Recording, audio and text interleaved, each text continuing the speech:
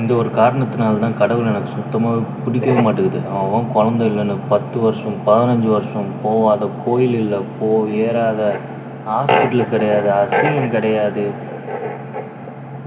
ஒரு நாய்க்கு கூட தன்னோட குட்டியை யாராவது எடுத்துட்டாலோ இல்லை அது எவனாவது தூக்கம் வந்தாலோ அது தன்னோட உயிரை கொடுத்து அந்த குட்டியை தான் செத்தாலும் பரவாயில்லன்னு சொல்லிட்டு தன்னோட உயிரை கொடுத்து அந்த குட்டியை காப்பாற்றும். நீங்களாம் மனுஷங்க தான்ற. ஒரு குழந்த, பிஞ்சு குழந்த பிறந்து 2 நாள் ஆன குழந்தையா என்னன்னு தெரியல, அந்த குழந்தை அப்படியே வயல்வெளியில் போட்டுட்டு போயிருக்கீங்க.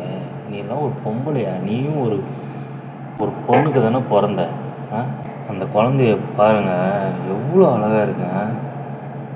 இன்னும் க்யூட்டாக இருக்குது தெரியுமா அந்த குழந்தை, அவ்வளோ அழகாக இருக்குது. ஆனால் கடவுள் புண்ணியத்தில் அந்த குழந்தை இப்போ நல்லா இருக்குது. ஆளுங்களுக்கு தான் கடவுள் குழந்தையாக குத்து அந்த குழந்தைங்களை தெருவில் போட்டு சாவடிக்குதுங்க.